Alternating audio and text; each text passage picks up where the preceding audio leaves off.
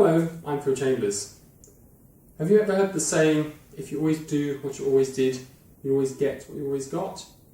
That's completely false, because if your competitors are innovating and you're not, then you'll be falling behind, you're actually going backwards. Change is inevitable, and if you don't change, sooner or later you'll go extinct. So we need to find a way of generating better ideas. And the best way to generate better ideas is to generate more ideas, and then find the best of those. It's a bit like panning for gold. You have to go through a lot of gravel before you find the golden nuggets.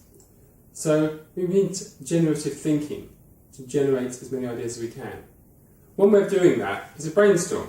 So the scribe stands in front of the flip chart, people call out their ideas, and then he or she writes those up in a list and generates loads of ideas which you can then select the best from. There's a big problem with using this method of brainstorming. I'd like to go through a number of the disadvantages with you.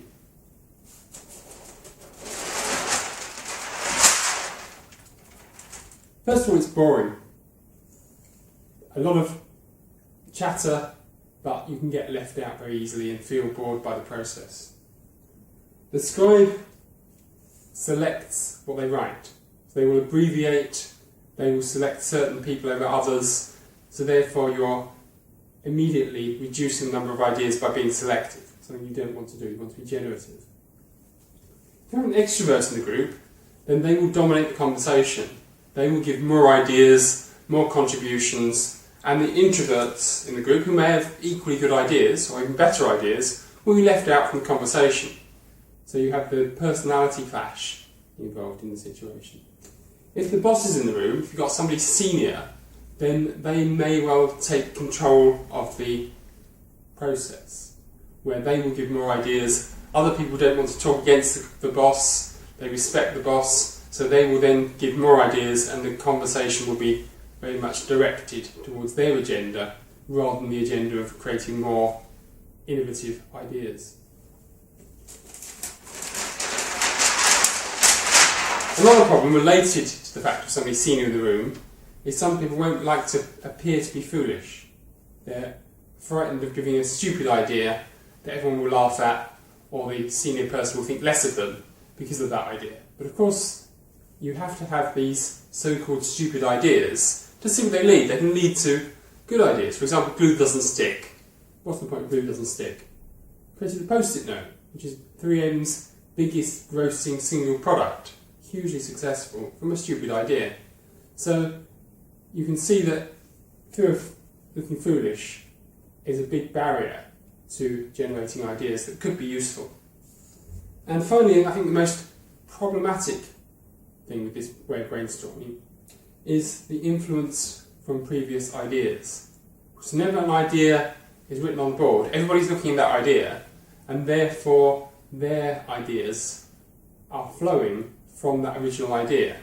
So rather than going very wide with a huge variety of ideas, you're actually going down a winding track where one idea leads to the next idea, leads to the next idea. So it's sequential. It might not be a direct route, but it will nevertheless cover much less ground than if you are truly going wide.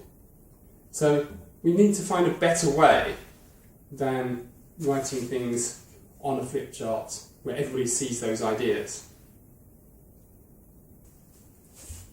A much better way of generating as many ideas as possible is for each individual to create their own brainstorm prior to coming together as a group. So rather than one idea triggering the next, and forming that pathway we talked about, you end up with multiple different starting points, so you're immediately going much wider. A good way of creating your own brainstorm is to start with an image or a word in the centre of your page that represents the topic you're thinking about, and then draw lines radiating out from that centre.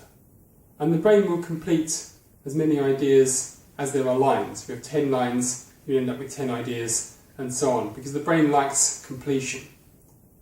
If an idea triggers another idea, you can draw a branch from the end of the line that the original idea was on.